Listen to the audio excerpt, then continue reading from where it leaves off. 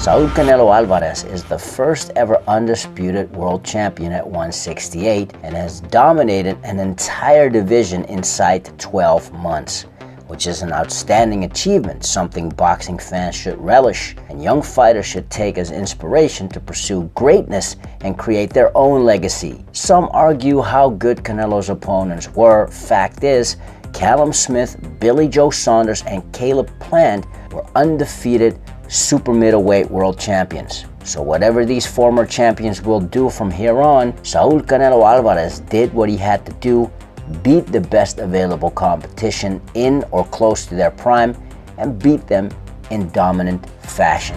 So then today's question is, what is next for the undisputed super middleweight world champion, Saul Canelo Alvarez? Hey, what's going on, Ringsiders? This is your host, Boxing's Objective Observer, and welcome back to Ringside Stories. Feel free to subscribe, thumbs up, and hit that notification bell for the latest here on Ringside Stories. Thanks so much for your support in advance and welcome to the channel. We already made an episode on what is next for Caleb Plant. Check that one out if you haven't already. Today we will focus on what is next for the WBA, WBC, IBF, and WBO undisputed 160-pound world champion, Saul Canelo Alvarez. Quiero disfrutar este triunfo. I have nothing in particular in mind right now, and whatever comes my way, I'll be ready for it. I'm ready for any challenge, anytime, but we'll see what comes next year. Right now, I'm just enjoying the Me moment. gustan los retos y seguramente va a salir algo bueno. Today we'll discuss 3 options for Canelo's next fight. Let's get into it. Number 1, David Benavidez. Sure, Jermall Charlo and Demetrius Andrade are champions in their own right. However, they are champions at 160 pounds and unproven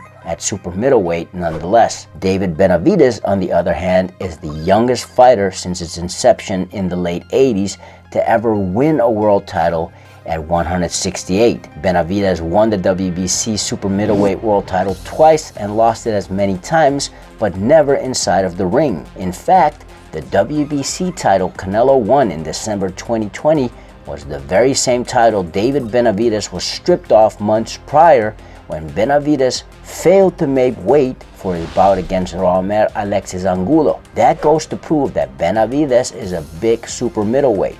Don't be misled by age, as Benavidez has been a pro since 2013, sparring the likes of Kelly the Ghost Pavlik, Kit Chocolate aka Peter Quillen, and Gennady Golovkin from the age of 14. Keep an eye on this kid. He's gonna be top dog. He's gonna be champ. Mark my words. Thank you. Keep up. Keep the hard work, kid.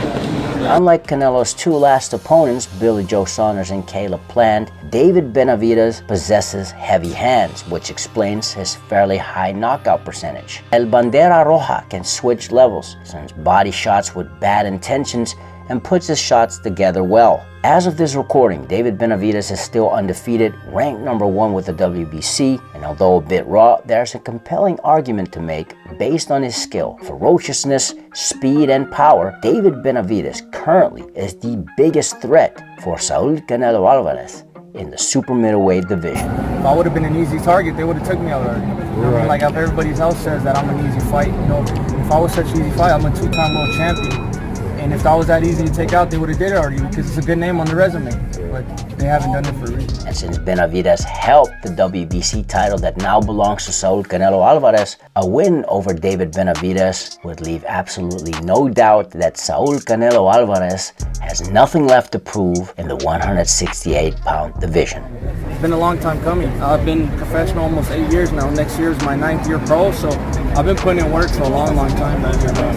I'm just excited for the future. I've seen your sparring sessions. They're intense. It was great work, bro. You know what I mean? And there was a couple people there, and they told me after I got out, you know, it's basically like a real fight. You know, a fight you pay for. You know what I mean? And that's the type of intensity I want to bring. I mean, if they say that about my sparring session, how do you think the fight's gonna look? So we're extremely ready. You know. Number 2, Artur Beterbiev.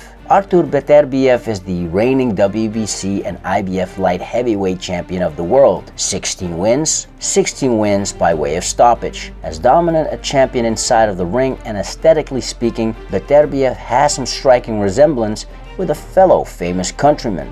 I just want to mold people. This is what I want to do. Maybe I have to stay humble, you know, but tonight I have to a little bit smash these guys, give these guys back, because these guys talk too much when I'm injured. When I go to the cage, I mold my opponent. Tomorrow night, I'm gonna smash your boy, guys.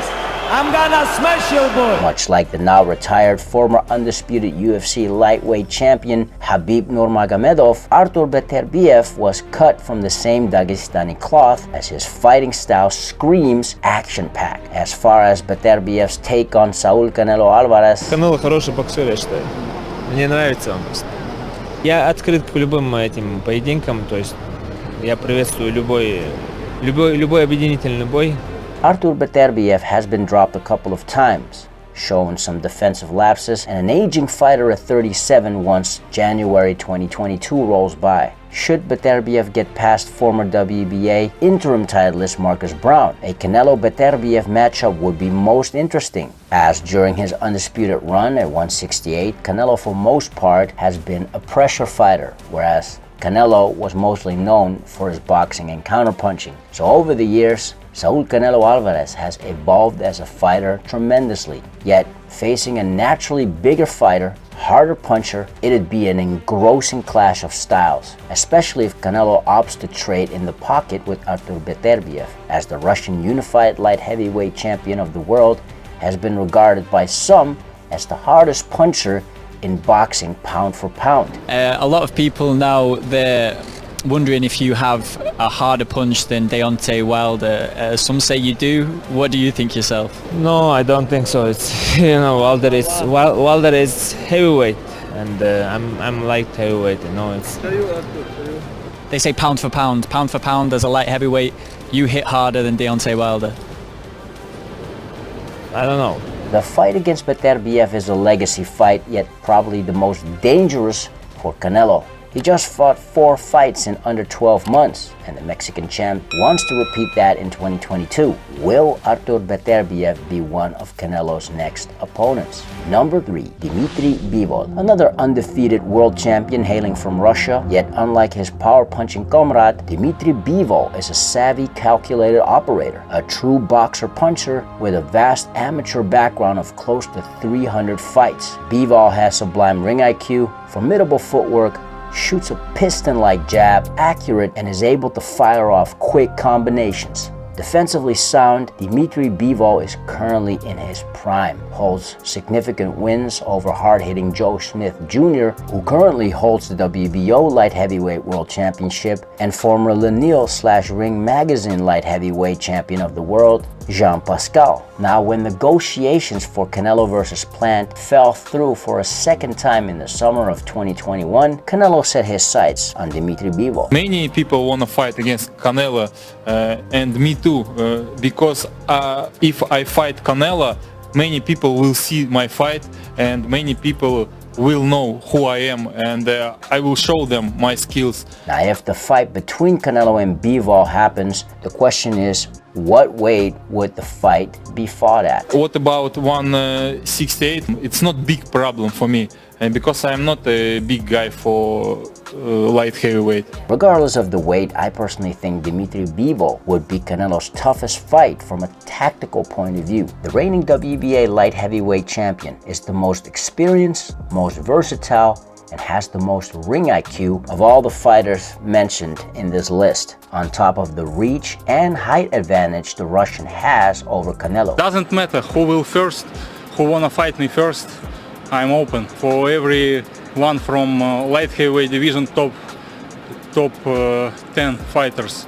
I'm open. Canelo vs. Plant showed how Canelo still can be bothered by good movers with sound boxing fundamentals. Not to take away any credit from Canelo, it's just that Caleb Plant lacked the experience at the elite level and the punching power to make Canelo vs. Plant a competitive match. So how would Saul Canelo Alvarez fare against a guy with solid boxing fundamentals, who has vast experience, who has great movement, who has a great ring IQ, i.e. is able to make adjustments, and who has respectable power? Well, in short, that is Dmitry Bivol. And yes, Bivol might not be the biggest light heavyweight, and though I think the fight would be worthwhile even at 168, why not meet halfway? Or since Canelo is chasing legacy, why not make Canelo versus Bivol a full-fledged light heavyweight fight? Because should Saul Canelo Alvarez beat Dmitry Bivol at light heavyweight, weight. We're not just talking about a world champion who won titles in multiple weight divisions. We're talking about an all-time great, possibly first ballot Hall of Famer. Anyway, that's future talk. For now, let's congratulate Canelo's achievement in becoming the 6th undisputed world champion in the modern-day 4-belt era. These are just my thoughts. What are yours? Who would you like to see Canelo fight next? Drop your ideas in the comments below and let's have a conversation. If you're new to this channel, we cover boxing and combat sports through mini documentaries, backstories, and much more. So if you enjoy that type of content, feel free to subscribe, thumbs up, and hit that notification bell for the latest here on Ringside Stories. Thanks in advance and welcome to the channel. Now, if you've done that already, you're awesome. We already know that you are the true undisputed world champion.